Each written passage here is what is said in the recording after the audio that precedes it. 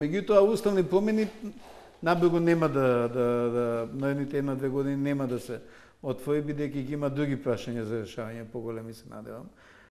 Сметаш дека ваквиот став на ДУИ, дека или ќе го решите спорот зимето, или ќе ја рушиме секоја влада, ќе биде продуктивно и дека на македонската реакција нема да предизвика само контрареакција, односно само зголемување на отпор против било какво решение. Членството во НАТО и Европската унија нема да биде придобивка само за ДУИ. Тоа би било придобивка за сите граѓани на земја. И тоа, ако декларативно сите го бараме, ДУИ ја застапува таа.